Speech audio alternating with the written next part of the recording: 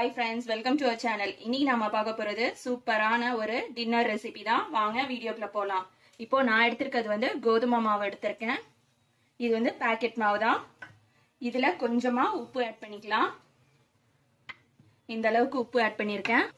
அளவுகள் எல்லாமே நான் டிஸ்கிரிப்ஷன்ல கொடுக்கிறேன், செக் பண்ணிக்கோங்க. இதுக்கு கொஞ்சமா தண்ணி சேர்த்துக்கலாம்.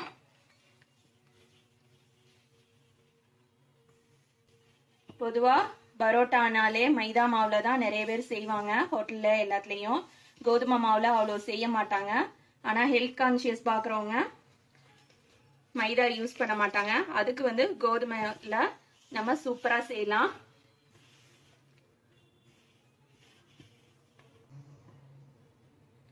நம்ம மாவு பிசையும்போது கொஞ்சமா எண்ணெய் ஊத்திக்கலாம்.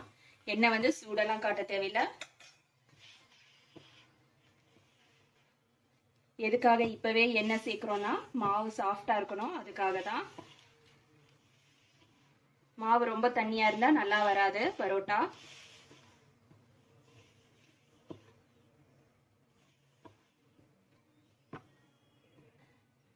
மாவு பிசையும்போது நம்மளுடைய இந்த உள்ளங்கைய அழுத்தம் கொடுத்து பிசையணும். அப்பதான் மாவு வந்து நல்லா சாஃப்டா வரும்.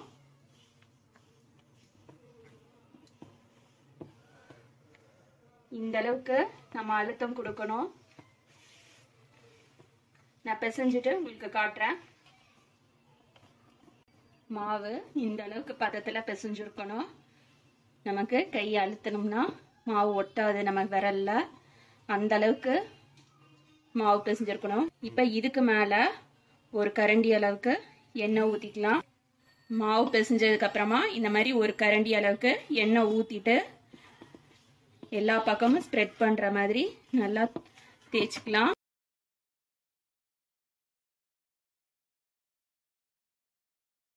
வந்து ஒரு அரை மணி நேரம் நம்ம ஊற வச்சிடலாம். ஒரு மூடி போட்டு வச்சு அரை மணி நேரத்துக்கு அப்புறம் நான் காட்டுறேன். இப்போ நம்மளோட கோதுமை பரோட்டா மாவு ரெடி ஆயிடுச்சு. மாவை இன்னும் ஒரு தடவை லைட்டா பிசைஞ்சுக்கலாம். அந்த எண்ணெய் எல்லாம் ஏற்கனவே உள்ள ஊத்தின எண்ணெய் எல்லாமே வந்து கொஞ்சம் உள்ள இழுத்துக்கிடும். மேலால இருக்கிற எண்ணெய நம்ம லைட்டா பிசைஞ்சுக்கலாம். நம்ம எந்த அளவுக்கு கெட்டியா இருந்த மாவு பாருங்க. இப்ப எந்த அளவுக்கு தளர்த்தியா இருக்குன்ட்டு. நாம பிசைஞ்சு வைக்கும் போதே மாவு வந்து கெட்டியா இருந்துச்சு. இப்ப பாத்தீங்கன்னா எந்த அளவுக்கு தளர்த்தியா இருக்கு அப்படின்னு சொல்லிட்டு.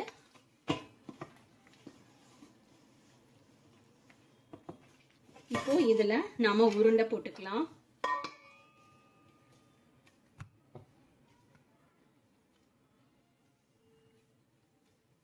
உங்களுக்கு எந்த அளவுக்கு வேணுமோ அந்த அளவுக்கு உருண்டை போட்டுக்கோங்க.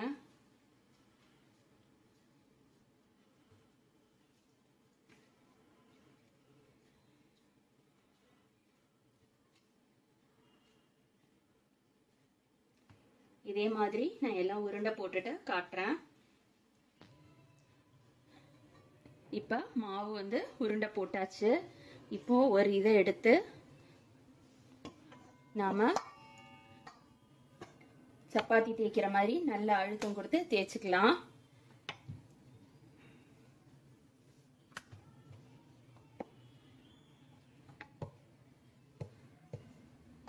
இதுக்கு மேல கொஞ்சமா எண்ணெய் ஸ்ப்ரெட் பண்ணிக்கலாம். இந்த அளவுக்கு எண்ணெய் ஊத்திட்டு நம்ம கையாலே அப்படி லைட்டா தேய்ச்சிக்கலாம். தேய்ச்சிட்டு மாவோட இந்த அளவுக்கு கேப் விட்டுக்கோங்க. விசிறி மடிக்கிற மாதிரி நம்ம மடிக்கணும்.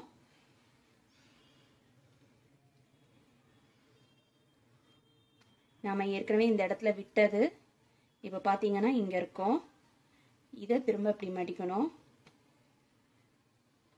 மடிச்சுட்டு இதை இப்படி உருட்டணும். ரொம்ப இழுக்க கூடாது. இழுத்தோம்னா ஒழுங்கா வராது. இந்த மாதிரி பண்ணணும்.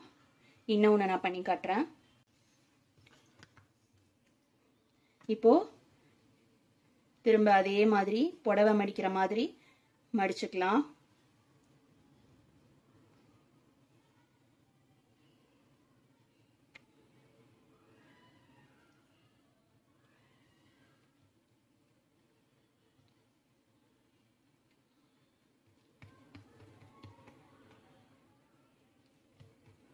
சப்போஸ் உங்களுக்கு இது மாதிரி பண்ண வரல அப்படின்னாக்கா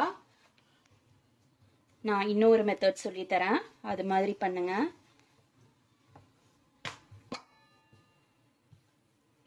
இந்த அளவுக்கு தேய்ச்சிக்கோங்க மாவை. அதில் எண்ணெயை நல்லா தேய்ச்சிட்டு 4ஆ மடிச்சிடுங்க. இந்த மாதிரி ஃபோல்ட் பண்ணணும். இது மாதிரியும் பரோட்டா செய்யலாம். இப்போ நம்ம ஏற்கனவே அடுக்கி வச்சிருக்க மாவை நல்லா தேய்ச்சிக்கலாம். ரொம்ப அழுத்தம் கொடுத்து திரட்டக்கூடாது, லைட்டாக தான் திரட்டணும், இல்லைன்னா லேயர் வந்து கலண்டு கலண்டு வந்துடும். இது மாதிரி செஞ்சுட்டு இப்போ தோசை சட்டி அடுப்பில் வச்சு சூடு காட்டிக்கலாம். சூடு காட்டிட்டு இதை எடுத்து அதில் போட்டுடலாம். நம்மளோட பரோட்டாவை தோசை சட்டியில் போட்டுடலாம்.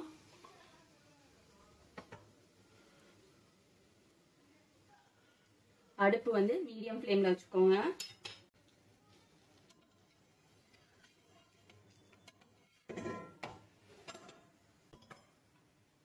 இப்போ இந்த சைடு எண்ணெய் ஊற்றிக்கிறேன். எண்ணெய் ஊற்றிட்டு இதை இந்த பக்கம் இப்படி திருப்பி போடணும். இந்த சைடு கொஞ்சமாக எண்ணெய் சேர்த்துக்கலாம்.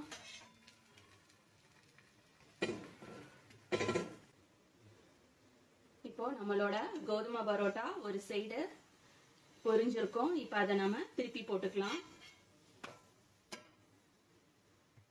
ஏற்கனவே நாம வந்து 2 சைடு எண்ணெய் ஊத்திட்டதால மேற்கொண்டு எண்ணெய் ஊத்த தேவையில்லை. ஒரு பரோட்டாக்கு மேக்சிமம் 1 ஸ்பூன் எண்ணெய் தேவைப்படும், 2 சைடு சேர்த்து. இப்போ நம்மளோட கோதுமை மாவு பரோட்டா ரெடி ஆயிடுச்சு, எடுத்துடலாம். இது வந்து உடனே நம்ம வந்து மைதா பரோட்டா செய்யற மாதிரி அடிக்க முடியாது, கொஞ்ச நேரம் ஆற விட்டுட்டு தான் பண்ணணும். அந்த நேரத்துல ஏற்கனவே நான் வந்து ஸ்கொயரா அடிச்சு வச்சிருக்க மாவை திரட்டி காட்டுறேன். திரட்டி அதை சப்பாத்தி எப்படி செய்யறதுன்னு காட்டுறேன்.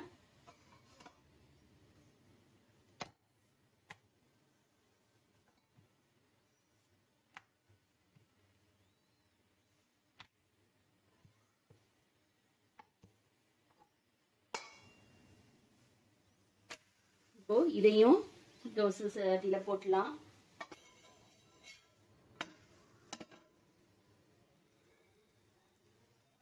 நம்மளோடது இது ஆறி போயிருக்கும். இதை லேசா தட்டிக்கலாம், ரொம்ப அழுத்தம் கொடுத்து தட்டக்கூடாது.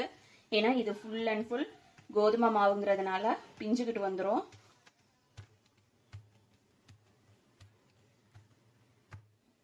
இப்போ நம்மளோட கோதுமை பரோட்டா ரெடி ஆயிடுச்சு. இதை ஒரு பிளேட்ல மாத்திக்கிறேன். இப்போ மேலால இந்த பரோட்டாக்கு எண்ணெய் ஊத்தியாச்சு. லைட்டா திருப்பிட்டு இன்னொரு சைடும் எண்ணெய் ஊத்திக்கலாம். இப்போ நம்மளோட இந்த ஸ்கொயர் பரோட்டாவும் ரெடி ஆயிடுச்சு. இதையும் எடுத்துக்கலாம்.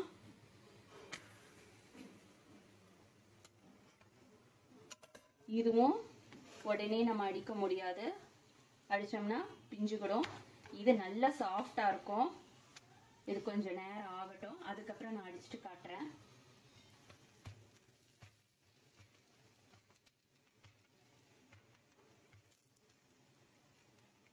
இது பாத்தீங்கன்னா எந்த அளவுக்கு சாஃப்டா இருக்குன்னு சொல்லிட்டு, நல்லா சாஃப்டா இருக்கும் கோதுமை பரோட்டா. இதையும் சர்விங் பிளேட்ல மாத்திடலாம்.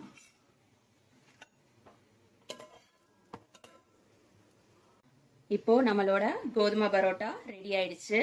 மைதா பரோட்டா செஞ்சு சாப்பிடணும்னு நினைக்கிறவங்க நீங்க கோதுமை பரோட்டாவும் செஞ்சு சாப்பிட்டு பாருங்க, ரொம்ப டேஸ்டா இருக்கும். கோதுமை பரோட்டாக்கு காம்பினேஷன் பாத்தீங்கன்னா சிக்கன் குழம்பு, மட்டன் குழம்பு, பருப்பு குழம்பு, இது மாதிரி எல்லாமே நல்லா இருக்கும் காம்போவா. நீங்களும் இதே மாதிரி உங்க வீட்ல செஞ்சு பாருங்க. தேங்க்ஸ் ஃபார் வாட்சிங்.